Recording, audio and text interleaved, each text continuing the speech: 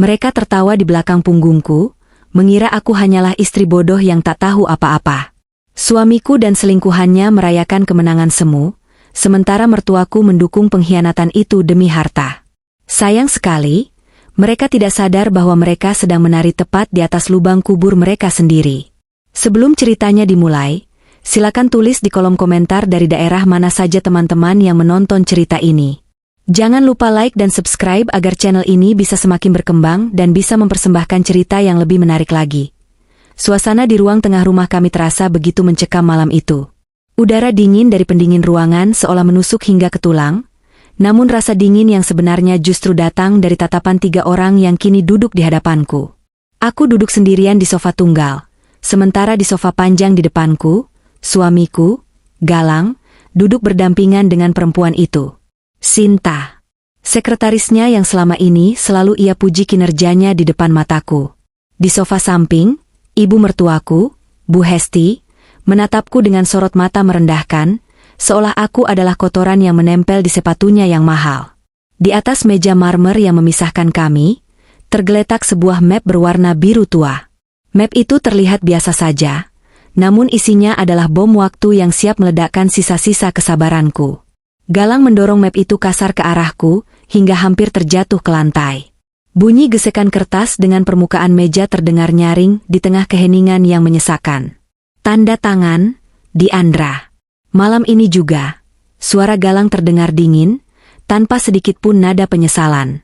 Ia menyandarkan punggungnya dengan angkuh, tangannya yang satu merangkul bahu Sinta tanpa rasa malu. Aku sudah muak berpura-pura. Kita selesaikan semuanya sekarang. Aku menatap map itu, lalu menatap wajah suamiku. Wajah yang dulu kucintai, wajah yang dulu berjanji akan melindungiku, kini terlihat begitu asing dan menjijikan. Jadi ini akhirnya, Mas? Setelah semua yang kulakukan untuk rumah ini, tanyaku pelan. Aku berusaha menjaga suaraku agar tetap datar, menyembunyikan gemuruh amarah yang sebenarnya sudah ingin meledak. Sinta tertawa kecil, suara tawanya terdengar seperti lonceng yang sumbang di telingaku. Ia membenarkan letak rambutnya dengan gaya manja yang dibuat-buat. Sudahlah, Mbak Diandra, jangan mempersulit keadaan. Mas Galang sudah tidak bahagia bersamamu. Lihat dirimu, kamu cuma ibu rumah tangga yang membosankan. Mas Galang butuh pendamping yang selevel, yang mengerti bisnis, bukan cuma tahu urusan dapur. Hatiku mencelos mendengar ucapan wanita itu. Berani sekali dia. Namun, belum sempat aku membalas, Bu Hesti ikut menyahut dengan nada tajam. Dengar itu, Diandra. Sinta benar. Kamu itu tidak becus mengurus suami. Selama ini kamu hanya menjadi beban bagi Galang. Anakku bekerja keras siang malam, sementara kamu cuma ongkang-ongkang kaki di rumah. Sekarang, sadar dirilah. Tanda tangani surat itu dan pergi dari sini. Aku menarik napas panjang. Mereka benar-benar tidak tahu siapa yang sebenarnya mereka hadapi. Mereka pikir aku adalah Diandra yang lemah, Diandra yang yatim piatu dan tidak punya siapa-siapa selain keluarga ini. Mereka lupa bahwa darah pebisnis mengalir deras di tubuhku, warisan dari almarhum ayahku. Apa isi map ini? Tanyaku, pura-pura bodoh. Aku mengulurkan tangan hendak membuka lembarannya. Dengan cepat, Galang menahan tanganku dengan kasar. Tidak perlu dibaca. Kamu tidak akan mengerti bahasa hukum di situ. Intinya sederhana, kamu melepaskan semua hak atas harta Gonogini, rumah ini, mobil, dan aset perusahaan. Sebagai gantinya, aku tidak akan menceraikanmu dengan alasan gangguan jiwa. Aku terbelalak, kali ini bukan akting. Gangguan jiwa? Apa maksudmu, Mas? Galang tersenyum miring, sebuah senyum kemenangan yang sangat ingin kuhapus dari wajahnya. Aku punya koneksi dokter yang bisa mengeluarkan surat diagnosa bahwa kamu tidak stabil secara mental, Diandra. Bayangkan kalau itu tersebar. Kamu tidak akan bisa melamar kerja dimanapun, kamu akan dianggap gila oleh masyarakat. Nama baik mendiang ayahmu juga akan tercoreng. Ancaman itu benar-benar kotor. Dia menggunakan kehormatan almarhum ayahku sebagai senjata. Betapa rendahnya laki-laki ini. Jadi pilihannya hanya 2, lanjut Galang, mencondongkan tubuhnya ke depan, menatapku intimidatif. Tanda tangan dan pergi baik-baik dengan membawa pakaianmu saja, atau aku hancurkan hidupmu dengan cap orang gila. Lagi pula, kamu itu wanita bodoh yang tidak tahu cara mengelola uang. Biar aku dan Sinta yang urus hartamu. Di tanganmu, aset-aset itu hanya akan jadi sampah. Iya, Diandra, tambah Sinta dengan nada mengejek. Serahkan saja pada ahlinya. Kasihan kalau warisan ayahmu habis karena kebodohanmu. Aku menunduk, menyembunyikan kilatan di mataku. Dalam hati aku menghitung mundur. Kesombongan adalah awal dari kehancuran, dan malam ini, kesombongan mereka sudah mencapai puncaknya. Mereka begitu yakin aku tidak akan melawan. Mereka begitu yakin aku tidak mengerti apa-apa. Perlahan, aku mengangkat wajahku. Aku memasang ekspresi pasrah, ekspresi seorang istri yang kalah telak. Baiklah, Mas. Kalau memang itu maumu, aku tidak mau dianggap gila. Aku akan pergi. Galang dan Sinta saling berpandangan, senyum lebar merekah di wajah mereka. Bu Hesti mendengus puas. Bagus. Akhirnya kamu berguna juga, cibir mertuaku itu. Aku mengambil pena yang disodorkan Galang. Tanganku sedikit gemetar, sengaja kubuat begitu agar terlihat ketakutan. Tanpa membuka lembaran demi lembaran isi perjanjian itu, aku langsung menuju halaman terakhir. Di sana, di atas materai, aku membubuhkan tanda tanganku. Sudah, kataku lirih sambil menutup map itu dan mendorongnya kembali ke arah Galang. Galang menyambar map itu dengan rakus, seolah takut aku akan berubah pikiran. Ia memeriksa tanda tanganku, lalu tertawa lepas.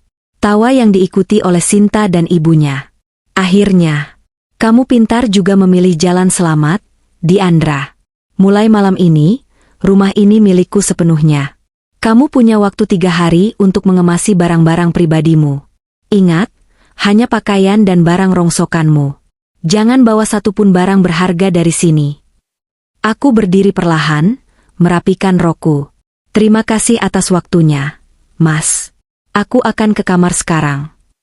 Aku berbalik dan berjalan menaiki tangga menuju lantai 2. Di belakangku, aku masih bisa mendengar sorak-sorai mereka. Sayang, besok kita langsung pesan furnitur baru ya. Aku tidak suka selera kampungan bekas si Diandra ini, seru Sinta manja. Tenang saja, sayang. Kamu bisa beli apa saja.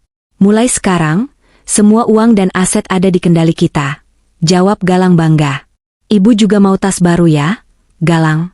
Tas ibu sudah ketinggalan zaman, timpal Bu Hesti. Langkahku terhenti sejenak di bordes tangga. Bibirku menyunggingkan senyum tipis, sangat tipis. Silakan tertawa sepuasnya malam ini. Nikmati kemenangan kalian. Karena kalian tidak tahu, di dalam tumpukan berkas yang baru saja ditandatangani Galang, karena dia terlalu sombong untuk memeriksanya kembali, aku telah menyisipkan 1 lembar dokumen yang sangat fatal. Sebuah dokumen yang akan membalikan keadaan 180 derajat. Kalian pikir kalian baru saja memenangkan jackpot? Tidak. Kalian baru saja menandatangani surat kematian finansial kalian sendiri. Aku masuk ke kamar, mengunci pintu, dan untuk pertama kalinya malam itu, aku membiarkan air mataku menetes. Bukan karena sedih kehilangan Galang, tapi karena rasa sakit mengingat betapa bodohnya aku pernah mempercayai mereka. Namun, air mata ini hanya berlangsung sebentar. Aku menghapusnya kasar. Waktu untuk menangis sudah habis. Duduk di tepi ranjang yang dingin, pikiranku melayang mundur ke masa 2 tahun yang lalu. Malam itu hujan turun sangat deras. Sama seperti gemuruh di dadaku saat melihat Galang pulang dengan keadaan kacau balau. Saat itu, aku masihlah Diandra yang naif, istri yang memuja suaminya sebagai pahlawan keluarga. Pukul 2 pagi, pintu rumah diketuk dengan tidak sabar. Aku bergegas membukanya dan mendapati Galang basah kuyup, kemejanya berantakan, dan matanya merah. Ia langsung jatuh berlutut di kakiku begitu aku membuka pintu. Maafkan aku, Diandra, maafkan aku. Isaknya pilu. Tubuhnya gemetar hebat. Aku panik luar biasa. Segera kubawa dia masuk, mengambilkan handuk, dan membuatkan teh hangat. Ada apa? Mas, kenapa kamu seperti ini? Cerita sama aku, tanyaku sambil menggosok punggungnya yang dingin. Galang menatapku dengan tatapan putus asa yang begitu meyakinkan. Perusahaan bangkrut, Diandra. Habis semua. Aku ditipu rekan bisnisku. Semua modal yang aku kumpulkan bertahun-tahun lenyap begitu saja. Bahkan rumah ini terancam disita ban minggu depan kalau aku tidak bisa membayar utang perusahaan. Duniaku rasanya runtuh mendengar pengakuannya. Perusahaan itu adalah segalanya bagi Galang. Aku tahu betapa kerasnya dia bekerja. Melihat suami yang kukenal gagah kini menangis seperti anak kecil membuat hatiku hancur. Kita harus bagaimana, Mas? Tanyaku dengan suara bergetar. Galang menggenggam tanganku erat, begitu erat hingga terasa sakit. Hanya ada satu cara, sayang. Tapi aku malu memintanya. Aku tidak pantas menjadi suamimu. Katakan saja, Mas. Kita suami istri. Masalahmu adalah masalahku juga, desakku. Warisan ayahmu, ucapnya pelan, nyaris tak terdengar. Dana deposito yang ditinggalkan ayahmu. Kalau kamu mau mencairkannya untukku, aku bisa menutup utang perusahaan dan memulai lagi dari nol. Aku janji, Diandra. Aku janji akan menggantinya 10 kali lipat. Aku tidak mau kamu dan calon anak kita nanti hidup susah. Saat itu, tidak ada sedikit pun keraguan di benakku. Ayahku memang meninggalkan warisan yang cukup besar, yang selama ini kujaga sebagai dana darurat. Tapi bukankah ini keadaan darurat? Suamiku sedang terpuruk. Apa gunanya uang itu mengendap di bank sementara suamiku menderita? Besok kita ke bank. Jawabku tegas. Aku akan cairkan semuanya untukmu. Tangis Galang semakin pecah. Ia memelukku erat, menghujaniku dengan ciuman terima kasih. Kamu malaikatku, Diandra. Aku bersumpah akan membahagiakanmu seumur hidupku. Keesokan harinya, aku benar-benar menyerahkan segalanya. Miliaran rupiah berpindah tangan ke rekening perusahaan Galang. Aku merasa bangga bisa menjadi istri yang berbakti, menjadi penyelamat bagi suamiku. Namun, itulah awal mula neraka dalam hidupku. Setelah uang itu cair, Galang berkata bahwa kami harus berhemat total, karena uang itu baru menjadi modal awal dan keuntungan belum terlihat. Kita harus prihatin dulu ya, sayang. Katanya, aku menurut. Aku memberhentikan 2 asisten rumah tangga kami. Sejak saat itu, akulah yang bangun pukul 4 pagi, menyapu, mengepel rumah sebesar ini sendirian, mencuci pakaian, dan memasak. Tanganku yang dulu halus mulai kasar dan pecah-pecah terkena sabun cuci setiap hari. Aku berhenti membeli pakaian, berhenti pergi ke salon, bahkan membatasi uang belanja makan sehari-hari. Kami makan tahu tempe hampir setiap hari demi menyelamatkan perusahaan. Sementara aku berjuang di rumah, Galang semakin jarang pulang. Aku harus lembur, bertemu klien, melobi investor, alasannya selalu begitu. Seringkali dia pulang larut malam dengan aroma parfum yang asing, atau noda samar di kerah kemejanya. Itu parfum klien, tadi kami meeting di tempat sempit. Elaknya saat aku bertanya. Atau, itu noda kopi, tadi tumpah sedikit. Aku yang bodoh ini percaya. Aku berpikir, dia sedang berjuang keras demi kita. Masa aku curigaan? Aku menekan semua instingku. Aku bahkan merasa bersalah jika menuntut waktunya. Ibu mertuaku, Bu Hesti, bukannya membantu, malah semakin menekan. Setiap kali dia berkunjung dan melihat aku sedang mengepel dengan keringat bercucuran, dia hanya berkomentar sinis. Memang sudah tugas istri melayani suami. Dulu ibu juga begitu. Jangan manja. Galang itu capek cari uang, kamu di rumah jangan banyak mengeluh. Padahal, uang yang Galang cari itu modalnya dari uangku. Tapi aku diam saja demi menjaga keharmonisan. Hingga akhirnya, kebenaran itu mulai terkuak perlahan. Menyakitkan seperti sayatan pisau silet yang halus tapi perih. Kenyataan pahit itu sebenarnya sudah ada di depan mataku, tapi aku terlalu buta untuk melihatnya. Uang warisan ayahku, tidak sepeser pun dipakai untuk membayar utang perusahaan. Faktanya, perusahaan Galang tidak pernah bangkrut. Itu semua hanya sandiwara. Rekayasa jahat untuk menguras hartaku. Uang miliaran itu digunakan Galang untuk membeli sebuah apartemen mewah di kawasan elit Jakarta Selatan. Bukan untuk investasi, tapi untuk tempat tinggal Sinta, sekretaris barunya yang katanya sangat kompeten, itu. Uangku juga berubah menjadi mobil sport merah yang sering dipamerkan Sinta di media sosialnya. Yang bodohnya, Akun itu tidak dikunci dan aku baru melihatnya belakangan. Sementara aku di sini menghitung recehan untuk membeli beras, Galang dan Sinta makan malam romantis di restoran bintang 5, liburan ke Bali dengan dalih, perjalanan dinas, dan berbelanja barang branded. Aku teringat satu momen yang paling menyakitkan.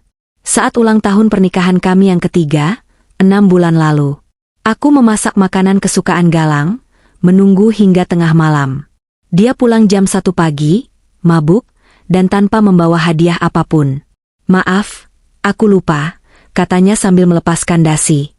"Lagi pula kita lagi susah, jangan mengharap kado mahal." Malam itu aku menangis dalam diam.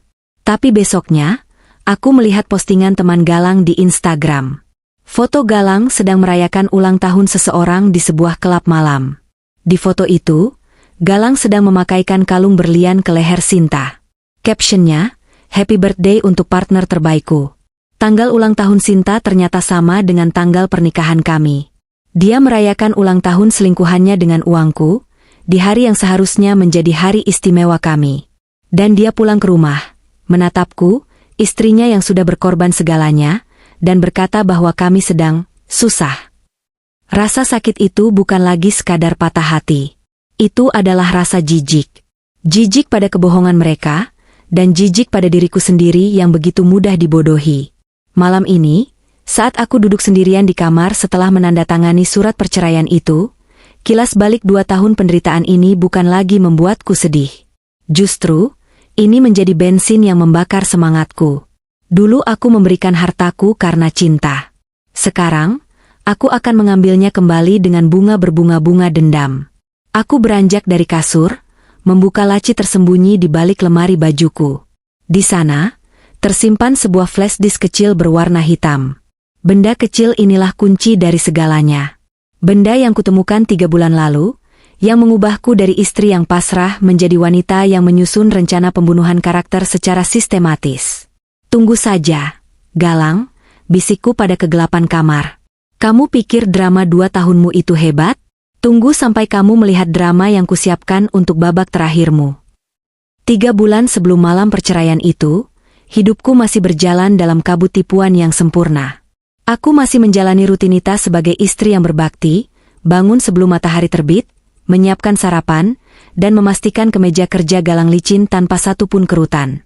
Hari itu adalah hari Minggu, hari di mana biasanya Galang mengaku pergi bermain golf dengan klien penting demi melobi proyek baru. Aku tinggal di rumah, berteman dengan tumpukan cucian kotor yang menggunung, karena aku sudah tidak lagi memiliki pembantu.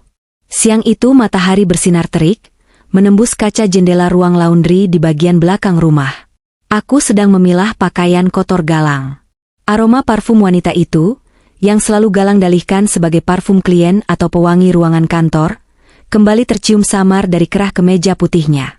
Hatiku terasa nyeri, namun seperti biasa, aku menepiskannya. Aku merogoh saku celana bahan dan jas Galang satu persatu. Kebiasaan ini kulakukan karena Galang sering lupa mengeluarkan struk parkir atau uang receh. Jika tidak diperiksa, mesin cuci tua kami bisa rusak, dan kami tidak punya anggaran untuk memperbaikinya. Saat merogoh saku bagian dalam jas abu-abu favoritnya, jari-jariku menyentuh benda kecil yang keras dan dingin. Aku menariknya keluar. Sebuah flash disk berwarna perak dengan gantungan kunci berbentuk inisial, GS. Awalnya, aku berpikir itu singkatan dari Galang Semesta, nama perusahaan lamanya. Namun, entah kenapa, firasatku mengatakan lain. Galang sangat protektif terhadap barang-barang elektroniknya. Laptopnya selalu dikunci dengan sidik jari, dan ponselnya tidak pernah lepas dari genggaman bahkan saat dia ke kamar mandi. Menemukan benda penyimpanan data ini tergeletak begitu saja di saku jas kotor, adalah sebuah kejanggalan besar.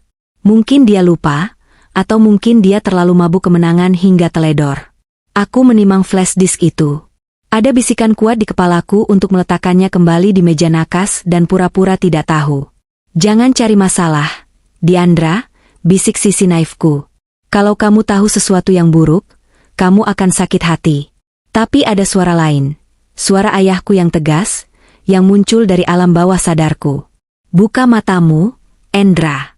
Kepercayaan itu baik, tapi kontrol itu wajib." Dengan jantung berdegup kencang, Aku meninggalkan tumpukan cucian itu. Aku berlari kecil menuju ruang kerja mendiang ayahku yang kini jarang dipakai. Di sana ada laptop tuaku yang sudah lama berdebu. Tangan gemetar saat aku menyalakan laptop itu, menunggu proses booting yang terasa memakan waktu selamanya. Keringat dingin mulai membasahi pelipisku. Aku merasa seperti pencuri di rumahku sendiri. Ketika layar akhirnya menyala, aku menancapkan flash disk itu. Sebuah jendela folder muncul otomatis di layar. Folder itu tidak dikunci sandi. Betapa sombongnya Galang, atau mungkin dia merasa aku terlalu bodoh untuk mengerti teknologi. Di dalamnya terdapat ratusan file, namun mataku tertuju pada dua folder utama, keuangan PT, dan pribadi. Aku membuka folder keuangan PT terlebih dahulu. Sebagai putri seorang pengusaha, aku sedikit banyak mengerti cara membaca laporan keuangan, meski Galang selalu meremehkanku. Mataku membelalak saat menelusuri baris demi baris angka di spreadsheet Excel itu. Laporan ini bukan laporan kebangkrutan. Ini adalah laporan keuntungan ganda. Di sana tertera jelas aliran dana masuk yang sangat besar dari klien-klien yang selama ini Galang bilang membatalkan kontrak. Uang itu masuk, lalu segera ditransfer keluar ke rekening atas nama perusahaan cangkang bernama CV Sinta Makmur. Darahku mendidih melihat nama itu. Tapi yang membuatku lemas bukan hanya itu. Aku menemukan pindaian dokumen pajak. Galang telah memalsukan tanda tanganku dan menggunakan nomor induk kependudukan, NIK, milikku sebagai penanggung jawab utama perusahaan cangkang tersebut. Aku menutup mulutku dengan tangan, menahan jeritan. Dia tidak hanya mencuri uangku. Dia sedang menjebakku. Dalam dokumen itu, perusahaan cangkang tersebut tercatat menunggak pajak miliaran rupiah dan terlibat dalam transaksi pencucian uang yang mencurigakan. Jika suatu hari kantor pajak atau polisi mengendus kejahatan ini, bukan Galang yang akan ditangkap, tapi aku. Namaku yang tertera di sana sebagai direktur utama fiktif. Galang merancang skenario di mana dia bersih dan kaya raya, sementara aku akan berakhir miskin dan mendekam di penjara wanita. Rasa takut yang luar biasa sempat melumpuhkan sarafku. Kakiku lemas. Suamiku pria yang kunikahi, berniat menjadikanku tumbal kejahatannya. Kejahatan ini begitu terstruktur, rapi, dan jahat. Ini bukan sekadar perselingkuhan, ini adalah kriminalitas. Namun, kejutan hari itu belum berakhir. Dengan tangan yang semakin gemetar, aku membuka folder kedua, pribadi. Aku mengira akan menemukan foto-foto mesra mereka. Ya, memang ada beberapa foto liburan mereka di Bali dan Singapura saat aku sedang berhemat makan telur di rumah. Tapi yang lebih mengejutkan adalah kumpulan screenshot percakapan WhatsApp yang di-backup otomatis ke dalam drive ini. Itu adalah percakapan antara Sinta dengan kontak bernama Bapak Naga dan admin slot 88. Aku membaca percakapan itu satu persatu, dan mataku semakin terbelalak. Mbak Sinta, utang sudah jatuh tempo. Total 500 juta plus bunga berjalan. Kalau tidak bayar minggu ini, kami datangi kantor pacar Mbak. Tulis kontak bernama Bapak Naga. Balasan Sinta membuatku tercekat. Sabar dong, Bang. Si Galang bodoh itu baru mau cairkan duit istrinya lagi. Dia percaya banget sama aku kalau uangnya buat biaya rumah sakit ibuku. Padahal ibuku sehat walafiat di kampung. Tunggu 2 hari lagi ya. Begitu cair langsung aku transfer buat deposit lagi. Aku yakin malam ini gacor, aku bisa balikin modal. Aku terus menggulir ke bawah. Riwayat transaksi judi online. Slot, poker, bola. Sinta adalah pecandu judi akut. Uang miliaran yang dikuras Galang dari warisanku, yang Galang pikir digunakan untuk membelikan Sinta apartemen dan gaya hidup mewah, ternyata sebagian besar hangus di meja judi maya. Galang tidak tahu ini. Dalam chat lain dengan temannya, Sinta menulis, Galang itu cuma dompet berjalan. Orangnya gampang dibodohi. Asal dipuji sedikit, dia rela kasih segalanya. Nanti kalau hartanya habis dan istrinya udah didepak, aku bakal cari mangsa baru yang lebih kaya. Aku bersandar pada kursi kerja ayahku, menatap langit-langit kamar. Air mataku tidak keluar. Rasa sakit hati itu telah melampaui ambang batas, hingga berubah menjadi rasa dingin yang mematikan. Aku tertawa kecil, tawa hampa yang terdengar mengerikan di telingaku sendiri. Galang menipuku demi Sinta. Dan Sinta menipu Galang demi judi. Mereka adalah pasangan ular berbisa yang saling membelit tanpa sadar racun masing-masing. Ini bukan sekadar bukti perselingkuhan. Ini adalah senjata nuklir. Dengan bukti penggelapan pajak yang memalsukan namaku, aku bisa menyeret Galang ke penjara. Tapi itu belum cukup. Aku ingin dia hancur sehancur-hancurnya. Aku ingin dia merasakan sakitnya dikhianati oleh orang yang paling dia percaya. Aku ingin Galang tahu bahwa wanita yang dia agung-agungkan hanyalah parasit yang menjadikannya sapi perah. Aku segera menyalin semua data itu ke harddisk eksternal milikku, dan juga mengunggahnya ke penyimpanan cloud yang tersembunyi dengan sandi yang sangat rumit. Setelah itu, aku mengembalikan flash disk tersebut ke saku jas Galang, persis di posisi semula. Hari itu, Diandra yang lugu telah mati. Aku mengambil ponselku, menekan nomor yang sudah lama tidak kuhubungi. Rian. Sahabat masa kecilku sekaligus pengacara kepercayaan almarhum ayahku. Dulu Galang melarangku berhubungan dengan Rian karena cemburu buta, dan aku menurutinya. Tapi sekarang, aku butuh otaknya. Halo, Rian, sapaku saat panggilan tersambung. Suaraku terdengar serak. Diandra? Ya Tuhan, sudah lama sekali. Apa kabar? Ada apa menelepon tiba-tiba? Suara Rian terdengar khawatir di seberang sana. Rian, aku butuh bantuanmu. Ucapku tegas, tanpa basa-basi. Aku ingin menghancurkan seseorang secara hukum dan finansial. Bisakah kita bertemu diam-diam? Ada jeda sejenak di ujung telepon, sebelum Rian menjawab dengan nada serius. Kapan dan di mana? Aku akan siapkan timku. Saat menutup telepon, aku menatap pantulan wajahku di layar laptop yang gelap. Wajah itu terlihat lelah, kantung mata menghitam, dan kurus. Tapi di balik mata itu, ada api yang baru saja dinyalakan. Aku telah menemukan kelemahan fatal mereka. Galang dengan kesombongan dan kejahatan pajaknya, serta Sinta dengan kecanduan judi dan utang rentenirnya. Mereka pikir aku adalah korban. Mereka tidak tahu, aku baru saja memegang pemicu bom waktu yang mereka rakit sendiri. Permainan baru saja dimulai, dan kali ini, aku yang memegang kendali dadu. 3 hari setelah malam penandatanganan surat perceraian itu. Waktu terus berjalan mundur menuju batas akhir pengusiranku. Rumah besar ini terasa semakin asing. Kardus-kardus berisi pakaian dan barang pribadiku menumpuk di sudut kamar. Galang sengaja tidak pulang selama 3 hari ini. Mungkin dia sedang merayakan kemenangannya di apartemen Sinta, atau mungkin dia jijik melihat wajahku. Namun, ibu mertuaku, Bu Hesti, dengan senang hati mengambil peran sebagai pengawas. Dia duduk di sofa ruang tengah sambil menonton televisi dengan volume keras, sesekali meneriakkan komentar pedas saat melihatku mengangkat kardus menuruni tangga. Jangan bawa itu. Itu vas bunga beli pakai uang anakku. Teriaknya saat aku membawa sebuah vas keramik. Aku berhenti, menatapnya datar. Ini hadiah dari teman SMA saya saat wisuda, Bu. Ada nama saya di bawahnya. Bu Hesti mendengus. Halah, paling juga belinya minta uang jajan sama Galang. Ya sudah, bawa sana. Jelek juga barangnya. Aku tidak membalas. Biarkan dia merasa berkuasa. Dia tidak tahu bahwa di balik sikap pasrahku saat mengemas barang, aku sebenarnya sedang menjalankan operasi senyap yang presisi. Kardus-kardus ini hanyalah kamuflase. Fokus utamaku bukanlah barang-barang rongsokan ini, melainkan aset-aset liquid yang masih bisa kuselamatkan dan jebakan yang harus kusempurnakan. Pagi harinya, aku pamit keluar sebentar dengan alasan membeli lakban. Padahal, aku memacu mobil bututku menuju bank sentral di pusat kota. Di sana, Maya sudah menungguku. Maya adalah sahabatku semasa kuliah yang kini menjabat sebagai kepala cabang bank tersebut.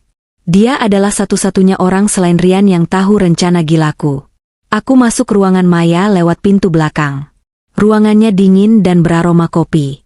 Maya langsung memelukku erat begitu melihatku. Kamu yakin dengan ini, Endra? Tanya Maya, matanya berkaca-kaca melihat kondisiku yang semakin kurus. 100%, Mei. Lakukan sekarang sebelum Galang memblokir aksesku. Jawabku mantap. Maya mengangguk. Dia duduk di depan komputernya, jari-jarinya menari lincah di atas papan ketik. Oke, rekening bersama kalian memang belum dibekukan karena status perceraian belum inkrah di pengadilan agama. Galang bodoh sekali meremehkan prosedur perbankan. Dia pikir dengan tanda tangan di atas materai, bank otomatis tahu aset itu miliknya. Dia terlalu sibuk dengan selingkuhannya. Komentarku dingin. Baiklah. Aku akan memindahkan 90% saldo tunai dari rekening bersama ke rekening pribadi barumu di bank lain. Sisa 10% kutinggalkan agar tidak terlalu mencurigakan jika dia cek saldo sepintas lewat ATM. Transaksi ini sah karena namamu masih tercatat sebagai pemilik rekening bersama dengan akses penuh joint account tipe OR, artinya salah satu pihak bisa menarik dana tanpa persetujuan pihak lain. Aku menahan napas saat Maya menekan tombol enter. Detik-detik berlalu terasa sangat lambat. Selesai, ucap Maya sambil memutar layar monitor ke arahku. Dana sebesar 2,5 miliar sudah aman di rekening pribadimu. Notifikasi SMS ke ponsel Galang sudah aku matikan sementara dari sistem dengan alasan pemeliharaan jaringan, jadi dia tidak akan sadar sampai dia mencetak buku tabungan. Terima kasih, Mei. Kamu penyelamatku. Masih ada satu hal lagi, kata Maya, menyerahkan sebuah amplop coklat tebal. Ini bukti kepemilikan aset yang kamu minta Rian urus. Sertifikat rumah dan BPKB mobil. Aku tersenyum miring menerima amplop itu. Inilah inti dari tipu muslihatku di malam kekalahan itu. Mari kita bahas apa yang sebenarnya terjadi di bab 1. Malam itu, saat Galang menyodorkan map perceraian, dia begitu sombong hingga tidak menyadari bahwa aku sudah bersiap. Sehari sebelumnya, Rian memberiku draft dokumen yang bentuk font dan kertasnya persis sama dengan dokumen pengacara Galang. Kami mendapatkan salinannya lewat orang dalam di kantor pengacara Galang. Saat aku pura-pura menjatuhkan pena dan menunduk untuk mengambilnya, aku melakukan kecepatan tangan yang sudah kulatih ratusan kali. Aku menukar halaman terakhir, halaman tanda tangan. Halaman asli yang disiapkan Galang berisi klausul, pihak istri menyerahkan segala aset kepada suami. Halaman palsu yang kutandatangani dan kemudian ditandatangani juga oleh Galang berisi klausul. Pihak suami menyetujui pengalihan kembali aset rumah dan mobil kepada pihak istri sebagai pelunasan hutang pribadi, serta pihak suami bersedia menanggung seluruh hutang pajak perusahaan PT Semesta Abadi secara pribadi tanpa melibatkan pihak istri. Galang tidak membaca ulang. Dia melihat aku tanda tangan, lalu dia langsung ikut tanda tangan di sebelahnya dengan senyum kemenangan. Secara hukum, tanda tangannya itu sah. Dia baru saja secara sukarela mengembalikan rumah dan mobil padaku, sekaligus membebaskanku dari jeratan kasus pajak yang dia buat atas namaku. Dokumen itu kini sudah didaftarkan oleh Rian ke notaris pagi ini juga, membuatnya berkekuatan hukum tetap. Rian bilang, proses balik nama sudah berjalan kilat lewat jalur ekspres, kata Maya, membuyarkan lamunanku. Secara hukum, saat ini juga, rumah yang ditempati Galang dan ibunya adalah milikmu. Kamu bisa mengusir mereka kapan saja dengan bantuan polisi. Belum waktunya, kataku sambil memasukkan amplop itu ke tasku. Aku ingin melihat wajahnya saat dia menyadarinya di depan banyak orang. Aku butuh panggung untuk menghancurkannya. Setelah urusan bank selesai, aku kembali ke mobil. Kini langkah terakhir untuk perencanaan ini, memicu bom waktu untuk Sinta. Aku mengeluarkan sebuah ponsel murah yang kubeli di pasar loak. Kartu SIM-nya terdaftar atas nama fiktif. Aku membuka kontak yang kusimpan dari data curian di flash disk Galang. Nomor, Bapak Naga, si rentenir kejam. Aku mengetik pesan singkat, padat, dan mematikan. Kepada Bang Naga. Orang yang abang cari, Sinta, sedang ada di Jalan Cendana nomor 8 malam ini jam 7 malam. Dia sedang mengadakan pesta besar. Uangnya ada di sana. Kalau abang tidak datang malam ini, dia akan kabur ke luar negeri besok pagi membawa semua uang itu. Aku menekan tombol kirim. Pesan terkirim. Umpan telah dilempar. Malam ini, Galang berencana mengadakan pesta, syukuran, kecil-kecilan di rumah untuk merayakan kebebasannya dariku. Dia mengundang teman-teman sosialitanya dan beberapa rekan bisnis. Dia ingin memamerkan Sinta sebagai calon istri baru di depan publik. Dia ingin mempermalukanku untuk terakhir kalinya sebelum aku angkat kaki besok pagi. Dia tidak tahu bahwa pesta itu akan menjadi panggung eksekusi bagi mereka berdua. Aku sudah mengumpulkan senjata, utang judi Sinta, dan bukti, dokumen penggelapan pajak dan surat aset yang sudah dibalik nama. Rian sudah berkoordinasi dengan pihak kepolisian terkait laporan pemalsuan dokumen negara yang kulakukan kemarin. Polisi akan datang tepat saat pesta berlangsung. Aku menyalakan mesin mobil dan menyetir pulang dengan perasaan ringan yang aneh. Langit mendung di luar sana seolah mendukung suasana hatiku yang kelabu namun penuh tekad. Aku membayangkan wajah Bu Hesti nanti malam. Aku membayangkan wajah Sinta saat penagih hutang itu datang. Dan yang paling utama, aku membayangkan wajah Galang saat menyadari bahwa dia bukan lagi raja, melainkan seorang pengemis yang akan segera masuk penjara. Aku, Diandra, istri yang mereka sebut bodoh dan penurut, akan memberikan pertunjukan terakhir yang tidak akan pernah mereka lupakan seumur hidup. Tunggu aku pulang, Mas, gumamku sambil menginjak pedal gas. Istrimu pulang membawa kejutan. Malam itu, rumahku, yang sebentar lagi akan kembali menjadi milikku seutuhnya, terlihat seperti panggung sandiwara yang gemerlap. Galang benar-benar niat mengadakan pesta ini. Halaman depan dipenuhi mobil-mobil mewah milik kolega bisnis dan teman-teman sosialitanya. Lampu-lampu kristal di ruang tamu dinyalakan dengan terang benderang, memantulkan cahaya pada gelas-gelas wine yang berdenting di tangan para tamu. Aroma parfum mahal bercampur dengan bau makanan catering yang menyengat memenuhi udara, menciptakan atmosfer kemewahan yang menyesakkan dada. Aku berdiri di sudut ruangan, dekat pintu dapur, mengenakan gaun sederhana berwarna abu-abu yang sudah lama tidak kupakai. Galang memaksaku hadir. Katanya, dia ingin aku menyaksikan kebahagiaannya untuk terakhir kali sebelum aku diusir besok pagi. Dia ingin aku melihat betapa suksesnya dia tanpa diriku.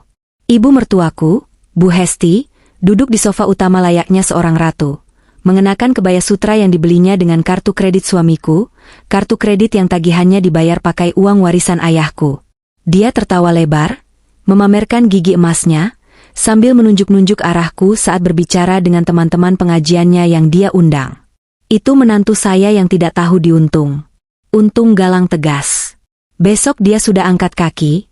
Sayup-sayup kudengar suara cempreng Bu Hesti. Teman-temannya menatapku dengan pandangan kasihan bercampur jijik. Aku hanya menunduk, memainkan peran sebagai istri yang kalah dan terhina dengan sempurna. Sinta? Oh, dia adalah bintang malam ini. Mengenakan gaun merah menyala yang memamerkan punggung mulusnya, dia menggelayut manja di lengan Galang. Mereka berjalan berkeliling menyapa tamu, tertawa-tawa seolah dunia ini milik mereka berdua. Setiap kali melewati tempatku berdiri, Sinta sengaja mengibaskan rambutnya atau meninggikan suaranya. Mas, nanti ruang kerjamu kita renovasi ya. Aura istri lama bikin rezeki seret. Ucap Sinta manja yang disambut tawa terbahak-bahak oleh Galang. Apapun untukmu, sayang. Kamu kan pembawa keberuntungan buat aku. Sejak sama kamu, bisnis lancar, aset nambah, jawab Galang lantang, sengaja agar aku mendengarnya. Aku meremas ujung gaunku. Tunggu sebentar lagi, batinku. Nikmati tawamu, Galang. Karena itu tawa terakhirmu. Pukul 8 malam, acara inti dimulai. Galang naik ke atas panggung kecil yang didirikan di dekat tangga. Dia mengetuk mikrofon, meminta perhatian. Musik jazz yang mengalun pelan dimatikan. Semua mata tertuju padanya. Di belakangnya, sebuah layar proyektor besar diturunkan. Rencananya, layar itu akan menampilkan video perjalanan kesuksesan bisnis Galang dan foto-foto prewedding barunya dengan Sinta. Sebuah presentasi narsistik untuk memvalidasi egonya. Selamat malam semuanya, seru Galang penuh percaya diri. Wajahnya merah padam, mungkin karena sedikit mabuk. Terima kasih sudah datang ke syukuran kecil-kecilan ini. Malam ini adalah malam yang spesial. Saya ingin merayakan babak baru dalam hidup saya. Lepas dari masa lalu yang membebani, dan menyambut masa depan yang cerah bersama wanita yang benar-benar mendukung saya, Sinta. Tepuk tangan riuh terdengar. Sinta naik ke panggung, melambai-lambaikan tangan layaknya selebriti, lalu mencium pipi Galang. Aku melihat Rian, yang menyamar sebagai salah satu konsultan hukum tamu undangan, memberiku kode mata dari seberang ruangan. Dia berdiri di dekat meja operator audio visual. Tangannya sedikit menyentuh laptop yang terhubung ke proyektor. Itu kodenya. Sebelum kita makan malam, lanjut Galang, saya ingin memperlihatkan sedikit perjalanan kami. Silakan dinikmati. Galang memberi isyarat pada operator. Lampu ruangan diredupkan. Semua mata menatap layar proyektor yang putih bersih. Detik pertama, layar itu menampilkan logo perusahaan Galang. Musik heroik mulai terdengar. Namun, tiba-tiba, layar itu berkedip. Glitch statis berwarna abu-abu muncul sejenak, membuat suara musik terputus dan berganti menjadi suara dengung yang menyakitkan telinga. "Loh? Kenapa ini?" gumam Galang, menengok ke belakang. "Maaf Pak, sebentar, ada gangguan teknis," seru operator, yang sebenarnya sudah kami bayar untuk pura-pura panik. Layar kembali menyala. Tapi bukan foto Sinta yang cantik yang muncul. Yang muncul adalah sebuah tangkapan layar percakapan WhatsApp yang diperbesar hingga pecah-pecah pikselnya, namun tulisannya masih terbaca sangat jelas bagi seluruh tamu undangan. Latar belakang chat itu berwarna hijau khas WhatsApp. Nama kontaknya, Bapak Naga Slot. Hening. Keheningan yang tiba-tiba menyergap ruangan itu begitu mencekam hingga suara jangkrik di taman pun terdengar. Di layar raksasa itu, terpampang chat dari Sinta, "Sabar dong, Bang. Si Galang bodoh itu baru mau cairkan duit istrinya lagi. Dia percaya banget sama aku kalau uangnya buat biaya rumah sakit ibuku. Padahal ibuku sehat walafiat di kampung." Di bawahnya, balasan dari rentenir itu, "Cepetan. Bunga lu udah numpuk 500 juta. Jangan sampai gue samperin ke pesta sok kaya lu." Terdengar suara terkesiap dari para tamu. Bisik-bisik mulai terdengar seperti dengungan lebah yang marah. "Apa ini?" Suara Galang terdengar bergetar. Dia menatap layar, lalu menatap Sinta. Wajah Sinta pucat pasi.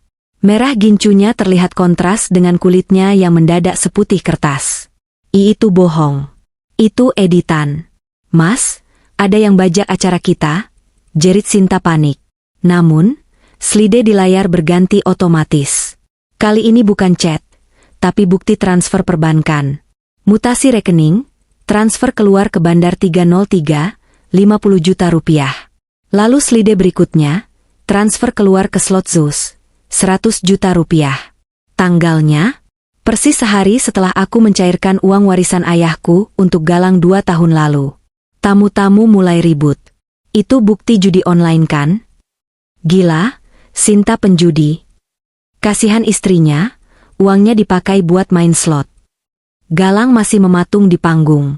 Matanya yang tadi berbinar bangga kini kosong, menatap deretan angka di layar. Dia membaca tulisan di slide berikutnya, sebuah chat Sinta dengan temannya. Galang itu cuma dompet berjalan. Orangnya gampang dibodohi. Asal dipuji sedikit, dia rela kasih segalanya. "Nanti kalau hartanya habis dan istrinya udah didepak, aku bakal cari mangsa baru."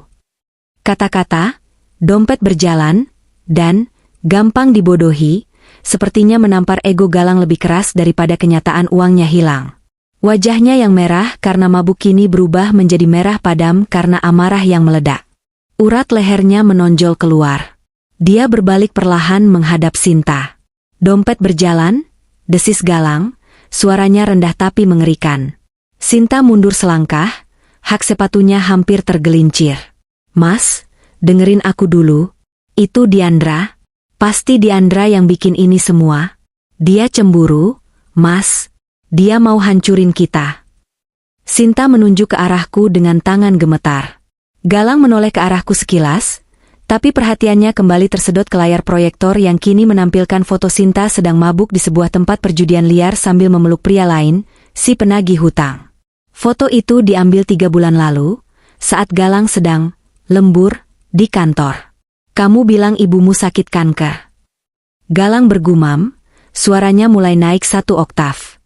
"Aku kasih kamu 200 juta bulan lalu buat operasi ibumu. Uang itu, kamu pakai buat ini." Galang menunjuk foto meja judi di layar. "Mas." Sinta menangis, air mata buayanya tumpah. Dia mencoba meraih tangan Galang. Plak! Suara tamparan itu menggema di seluruh ruangan, menghentikan bisik-bisik para tamu. Galang menampar Sinta. Keras sekali hingga Sinta terjatuh ke lantai panggung. "Dasar perempuan ular!" teriak Galang, harga dirinya hancur lebur di depan kolega bisnisnya. "Aku ceraikan istriku yang setia demi kamu? Demi pelacur judi kayak kamu? Kamu bilang aku bodoh?" Sinta memegangi pipinya yang memerah, Rambutnya yang tadi tertata rapi kini berantakan menutupi wajah. "Kamu memang bodoh," teriak Sinta tiba-tiba, topeng manisnya lepas karena terdesak. "Kalau kamu pintar, kamu nggak bakal ketipu sama aku 2 tahun. Kamu itu laki-laki narsistik yang cuma butuh dipuji. Aku yang nemenin kamu senang-senang, wajar aku minta bayaran." Kekacauan pecah. Ibu mertuaku, Bu Hesti, pingsan di sofa, atau pura-pura pingsan karena malu melihat calon menantu idaman ternyata penipu ulung. Beberapa tamu mulai mengeluarkan ponsel, merekam kejadian memalukan itu. Reputasi Galang sebagai pengusaha sukses hancur dalam hitungan menit. Aku masih berdiri di pojok ruangan. Tidak ada senyum di wajahku. Hanya tatapan dingin. Ini baru permulaan. Serangan psikologis berhasil. Kepercayaan mereka hancur, mental mereka down, dan mereka saling menyerang. Sekarang, saatnya aku masuk untuk memberikan serangan yang sesungguhnya. Serangan yang akan mematikan langkah mereka selamanya. Suasana pesta itu kini lebih mirip pasar yang rusuh. Tamu-tamu mulai berbisik untuk pamit pulang, karena situasi sudah tidak kondusif. Namun rasa penasaran menahan mereka di tempat. Di atas panggung, Galang tampak seperti orang gila. Dia menjambak rambutnya sendiri, mondar-mandir dengan napas memburu, sementara Sinta masih menangis histeris di lantai, memaki-maki Galang yang tidak mau mendengarkannya. Galang tiba-tiba menatapku. Matanya nyalang, penuh kebencian. Dia butuh pelampiasan. Dia butuh seseorang untuk disalahkan atas kehancuran pesta dan harga dirinya. Dan target termudah baginya, seperti biasa, adalah aku. Dia melompat turun dari panggung dan berjalan menghentak ke arahku. Langkahnya berat dan mengancam. Tamu-tamu membelah, memberinya jalan. "Ini ulahmu, kan?" bentak Galang tepat di depan wajahku. Bau alkohol dari mulutnya tercium kuat. "Kamu yang meretas proyektor itu. Kamu mau mempermalukan aku di depan teman-temanku. Hah? Dasar wanita licik." Aku tidak mundur selangkah pun. Aku menatap matanya lurus-lurus. Tatapan yang selama 2 tahun ini selalu kutundukkan, kini kutegakkan dengan berani. "Aku licik?" tanyaku tenang, suaraku cukup keras hingga terdengar oleh orang-orang di sekitar kami.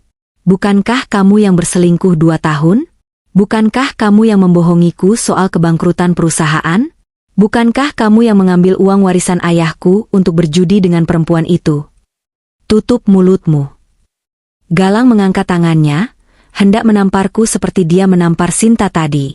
Tapi kali ini, tangannya berhenti di udara. Bukan karena dia menahan diri, tapi karena aku menangkap pergelangan tangannya. Cengkeramanku kuat. Latihan fisik mengangkat galon dan menggeser lemari sendirian selama 2 tahun ternyata ada gunanya. "Jangan pernah berani menyentuhku lagi," desisku dingin. Aku menghempaskan tangannya kasar. Galang terkejut. Dia tidak pernah melihat sisi diriku yang ini. "Keluar kamu dari rumahku. Sekarang. Detik ini juga. Satpam. Usir wanita gila ini," teriaknya kalap. Satpam rumah kami, Pak Ujang, yang sudah bekerja sejak zaman almarhum ayahku, berlari kecil masuk ke ruang tengah. Dia tampak bingung dan serba salah. "Maaf, Pak Galang," ucap Pak Ujang ragu-ragu. "Tunggu, Pak Ujang," potongku tegas. Aku melangkah maju ke tengah ruangan, mengambil posisi di bawah sorotan lampu kristal. Aku membuka tas tanganku dan mengeluarkan sebuah map merah. Bukan map biru perceraian kemarin. Ini map baru. "Sebelum kamu mengusirku, Galang, ada baiknya kita luruskan dulu fakta kepemilikan tempat ini," kataku lantang. Aku membuka map itu dan mengeluarkan sertifikat rumah serta dokumen akta notaris yang masih berbau tinta segar. "Kamu ingat dokumen yang kamu tanda tangani kemarin malam? Yang kamu lempar ke mukaku tanpa kamu baca?" tanyaku. Galang mengerutkan kening. "Dokumen penyerahan aset. Kenapa?" Aku tersenyum miring. "Salah. Kamu terlalu sombong untuk membaca. Yang kamu tanda tangani adalah akta pengakuan hutang dan pengembalian aset. Di dokumen itu, tertulis jelas bahwa kamu mengakui telah menggunakan uang pribadiku sebesar 5 miliar rupiah, dan sebagai gantinya, kamu menyerahkan kembali kepemilikan rumah ini, mobil, dan seluruh saham perusahaan kepadaku sebagai pelunasan."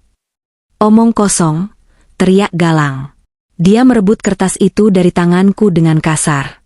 Jari-jarinya gemetar saat membalik halaman demi halaman. Matanya bergerak liar membaca poin-poin hukum yang tertera di sana. Pasal demi pasal yang menjerat lehernya. Di halaman terakhir, tertera jelas tanda tangannya di atas materai, di sebelah tanda tanganku. Sah. Wajah Galang berubah menjadi abu-abu. Lututnya tampak lemas. Ini tidak mungkin, aku tidak pernah setuju. Kamu tanda tangan di depan saksi, ibumu sendiri dan Sinta. Kalian terlalu sibuk tertawa merayakan kemenanganku yang semu, sampai kalian tidak sadar sedang menandatangani surat kemiskinan kalian sendiri. Jelasku kejam. Aku menoleh ke arah tamu undangan yang masih terpaku. Hadirin sekalian, mohon maaf atas ketidaknyamanan ini. Pesta ini sebenarnya tidak pernah ada. Yang ada hanyalah pesta perpisahan untuk Galang dan Sinta. Karena mulai detik ini, rumah ini kembali menjadi milik saya secara sah.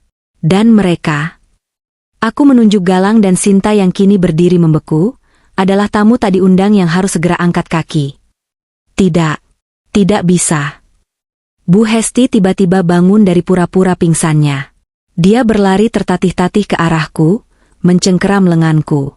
Diandra, nak, kamu bercanda kan? Ini rumah anakku.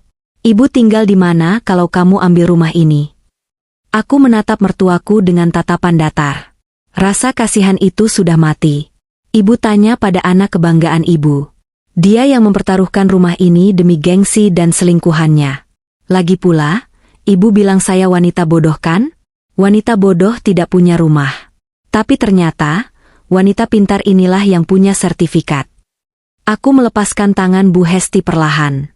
Galang masih menatap kertas di tangannya, menggeleng-gelengkan kepala seperti orang linglung. Tapi seranganku belum selesai. Aku mengeluarkan satu dokumen lagi. Dokumen pajak. Dan satu lagi, Mas, panggilku lembut tapi mematikan. Ingat perusahaan cangkang CV Sinta Makmur yang kamu buat untuk menggelapkan pajak dan mencuci uang? Kamu pakai namaku sebagai direktur kan? Galang mendongak, matanya terbelalak ketakutan. Dia tahu aku tahu. Di dokumen yang kamu tanda tangani kemarin, ada klausul tambahan. Kamu menyatakan bahwa segala aktivitas keuangan ilegal yang terjadi di perusahaan, termasuk penggelapan pajak yang kamu lakukan, adalah tanggung jawabmu pribadi sepenuhnya. Kamu membebaskanku dari segala tuntutan hukum. Aku mengangkat bahu ringan. Jadi, ketika kantor pajak datang besok pagi untuk mengaudit kebolongan dana 10 miliar itu, mereka tidak akan mencariku. Mereka akan mencarimu. 10 miliar? Sinta yang masih duduk di lantai ternganga. Mas, kamu utang pajak 10 miliar. Diam kamu. Bentak Galang pada Sinta, lalu dia jatuh berlutut di depanku. Ego dan harga dirinya sudah lenyap tak berbekas. Dia meraih ujung gaunku. Diandra, sayang, tolong jangan lakukan ini. Kita bisa bicarakan ini baik-baik. Aku hilaf.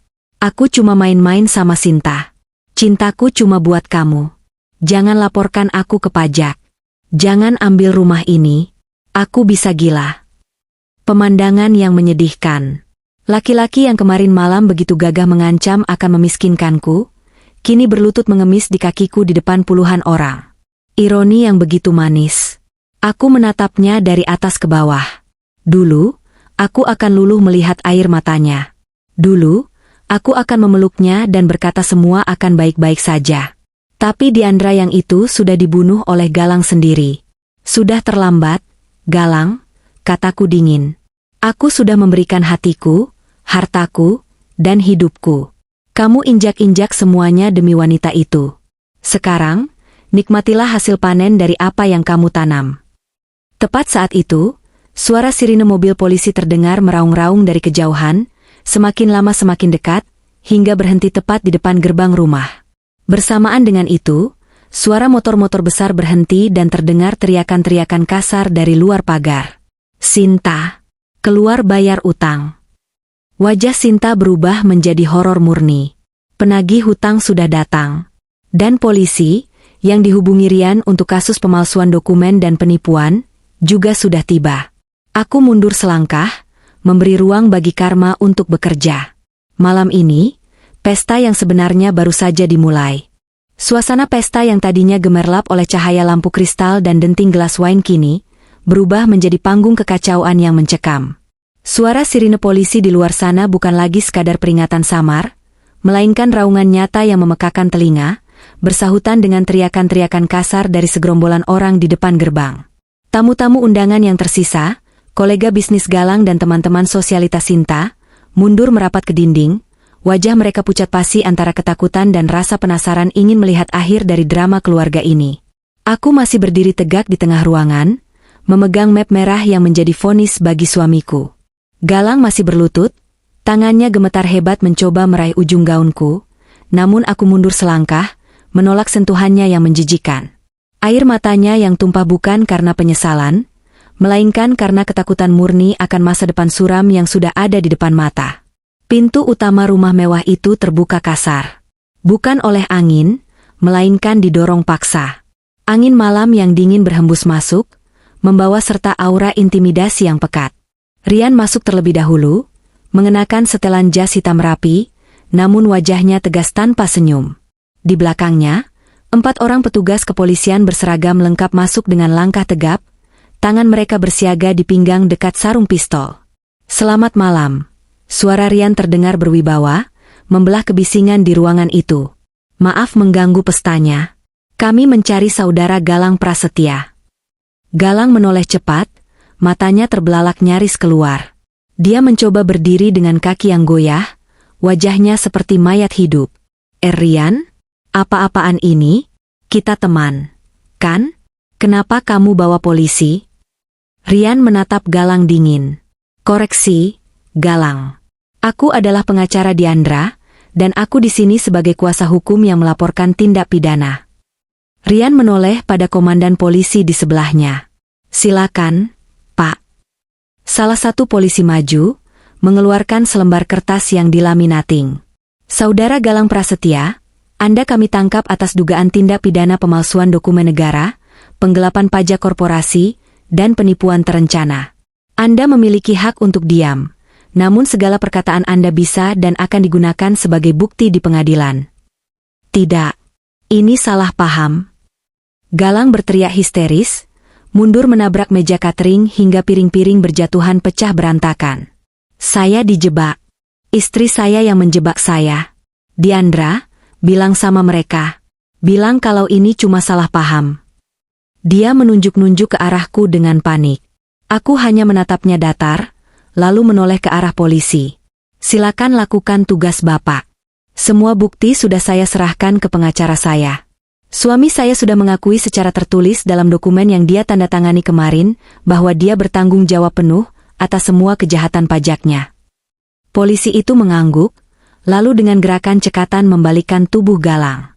Suara klik dari borgol besi yang mengunci pergelangan tangan Galang terdengar begitu nyaring, lebih nyaring dari musik pesta manapun. Galang meronta, berteriak, memaki, lalu menangis lagi seperti anak kecil. Pemandangan seorang pria yang tadinya begitu sombong, yang merasa dirinya raja dunia, kini diseret seperti kriminal rendahan di depan mata teman-temannya sendiri, sungguh sebuah ironi yang memuaskan. Sementara itu, Sinta, yang melihat Galang diborgol, mencoba memanfaatkan kekacauan itu untuk melarikan diri. Dia mengendap-endap, melepaskan sepatu hak tingginya agar tidak berbunyi, dan mencoba lari menuju pintu samping yang terhubung ke garasi. Wajahnya penuh keringat dingin, matanya liar mencari celah. Namun, nasib buruk tidak membiarkannya lolos begitu saja. Baru saja Sinta membuka pintu samping, dia langsung berhadapan dengan mimpi buruknya. 3 orang pria berbadan besar, berkulit gelap dengan tato di lengan, sudah berdiri menghalanginya. Mereka adalah orang-orang suruhan Bang Naga, si rentenir pemilik situs judi tempat Sinta menghabiskan uangku. "Mau kemana, Neng cantik?" tanya salah satu pria itu sambil menyeringai menyeramkan. Giginya tampak kuning dan mengerikan. Sinta menjerit, melangkah mundur kembali ke ruang tengah. Namun pria-pria itu terus maju mendesaknya hingga dia terpojok di dekat piano grand piano. "Tolong! Tolong ada preman!" jerit Sinta histeris, menatap tamu-tamu undangan meminta bantuan. Namun, tidak ada satupun yang bergerak. Siapa yang mau berurusan dengan penagih hutang kelas kakap demi seorang pelakor penipu? Bukan preman, Neng, sahut pria itu santai, mengeluarkan selembar kertas tagihan yang lecek. Kami cuma mau jemput bola. Bos kami, Bang Naga, sudah tidak sabar. Hutang 500 juta plus bunga, harus lunas malam ini. Atau, Neng Sinta ikut kami ke kantor buat kerja, melunasi hutang itu. Wajah Sinta kehilangan darah sepenuhnya. Dia menoleh ke arah Galang yang sedang digiring polisi. Mas Galang, tolong aku. Bayarin hutangku, Mas. Kamu janji mau ngelindungin aku. Galang, yang sedang didorong keluar pintu utama oleh polisi, menoleh dengan tatapan penuh kebencian. Pergi kamu ke neraka. Gara-gara kamu hidupku hancur. Jangan harap aku keluarin 1 rupiah pun buat kamu. Galang meludah ke arah lantai sebelum akhirnya dimasukkan paksa ke dalam mobil patroli. Harapan terakhir Sinta pupus. Dia merosot ke lantai, menangis meraung-raung memanggil ibunya. Pria-pria penagih hutang itu tidak punya belas kasihan. Mereka mencengkeram lengan Sinta kiri dan kanan, menyeretnya keluar rumah dengan paksa. Gaun merah mahalnya tersangkut di kaki meja hingga robek, namun tidak ada yang peduli. Teriakan minta tolong Sinta perlahan menjauh, tenggelam di balik kegelapan malam, digantikan suara tawa kasar para penagih hutang yang membawanya pergi. Kini, ruang tengah itu hening. Tamu-tamu sudah bubar, lari ketakutan melihat polisi dan preman. Yang tersisa hanya aku, Rian, beberapa pelayan yang ketakutan, dan 1 orang lagi. Ibu mertuaku, Bu Hesti. Wanita tua itu duduk terkulai di sofa bludru, wajahnya basah oleh air mata, make up tebalnya luntur membuatnya terlihat seperti badut yang menyedihkan. Dia menatap pintu tempat anak kesayangannya dibawa pergi, lalu menatapku dengan pandangan nanar. Perlahan, Bu Hesti bangkit dan berjalan tertatih ke arahku. Tidak ada lagi kesombongan, tidak ada lagi kata-kata pedas. Dia jatuh bersimpuh di kakiku, memeluk kakiku erat-erat. Diandra menantu ibu yang paling baik, ratapnya dengan suara parau. Tolong, nak, tolong suami kamu. Cabut laporannya. Kasihan Galang, dia tidak akan kuat di penjara. Dan ibu bagaimana? Kalau Galang di penjara, ibu makan apa? Rumah ini? Kamu tidak tegakan mengusir ibu. Aku menatap puncak kepala wanita yang selama 2 tahun ini membuat hidupku seperti di neraka. Wanita yang menyuruhku mengepel lantai saat aku sakit, wanita yang menghina orang tuaku, wanita yang mendukung perselingkuhan anaknya demi cucu dan harta. Aku membungkuk sedikit, melepaskan tangannya dari kakiku dengan tegas namun perlahan. Aku tidak mendorongnya, aku hanya memutus kontak fisik itu. Ibu, panggilku dengan suara yang sangat tenang. Ibu ingat kata-kata ibu tadi pagi? Ibu bilang saya cuma menumpang di sini. Ibu bilang rumah ini milik Galang dan ibu. Nah, sekarang Galang sudah punya rumah baru di sel tahanan. Jadi, sudah sewajarnya ibu menyusul atau mencari tempat lain. Kamu tega, Diandra? Ibu sudah tua, jeritnya. Saya tidak tega, Bu. Saya hanya adil, jawabku. Saya sudah menyiapkan taksi di depan gerbang. Dan saya sudah membayarkan sewa 1 bulan untuk kamar kos sederhana di pinggiran kota untuk ibu. Itu kebaikan terakhir saya sebagai mantan menantu. Barang-barang ibu sudah dikemas oleh Pak Ujang dan dimasukkan ke bagasi taksi. Bu Hesti ternganga. Dia tidak menyangka aku sudah merencanakan semuanya sedetail itu, bahkan sampai pengusirannya. Kos? Ibu tidak bisa tinggal di kos. Ibu biasa hidup enak, protesnya. Aku menegakkan tubuh, memberi isyarat pada Pak Ujang yang berdiri di sudut ruangan. Pak Ujang, tolong antar ibu ke taksi. Kalau ibu menolak, minta tolong Satpam Komplek untuk mengawal beliau keluar dari area perumahan ini. Baik, Bu Diandra, jawab Pak Ujang tegas. Bahkan Pak Ujang pun tampaknya sudah muak dengan perilaku Bu Hesti selama ini. Diandra, kualat kamu nanti. Durhaka sama mertua, teriak Bu Hesti saat Pak Ujang menuntunnya, sedikit memaksanya, berjalan keluar pintu. Suara makiannya masih terdengar sampai dia dimasukkan ke dalam taksi, lalu hening. Akhirnya, hening yang sesungguhnya. Aku berdiri di tengah ruang tamu yang luas itu. Lantai marmer penuh dengan pecahan gelas dan noda makanan sisa pesta yang gagal. Tapi bagiku, ruangan ini tidak pernah terlihat seindah ini. Udara yang kuhirup terasa begitu ringan, bebas dari racun kemunafikan yang selama ini mencekiku. Rian berjalan mendekat, berdiri di sampingku.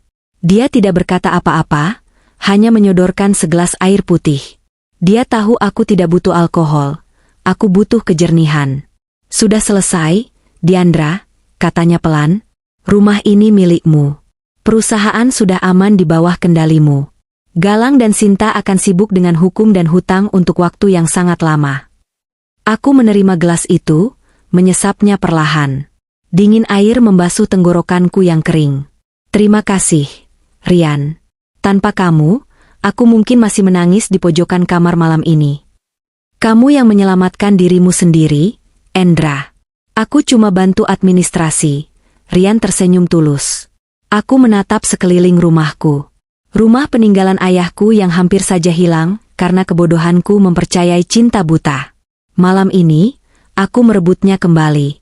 Dinding-dinding ini menjadi saksi bisu transformasiku. Dari seorang korban yang rapuh, menjadi seorang pemenang yang berdiri di atas puing-puing kehancuran musuhnya. Besok, gumamku pelan, aku akan panggil jasa pembersih profesional. Aku mau semua jejak mereka, barang-barang Galang, bau parfum Sinta, kursi bekas Bu Hesti, dibuang dan dibersihkan. Aku mau rumah ini steril. Ide bagus, sahut Rian. Dan setelah itu, aku tersenyum, kali ini senyum yang benar-benar lepas, mencapai mataku. Setelah itu, aku akan mulai hidupku yang sebenarnya. Paris menyambutku dengan langit musim gugur yang berwarna keemasan. Daun-daun maple berguguran di sepanjang jalan Champs-Élysées, menciptakan karpet alami yang indah di trotoar.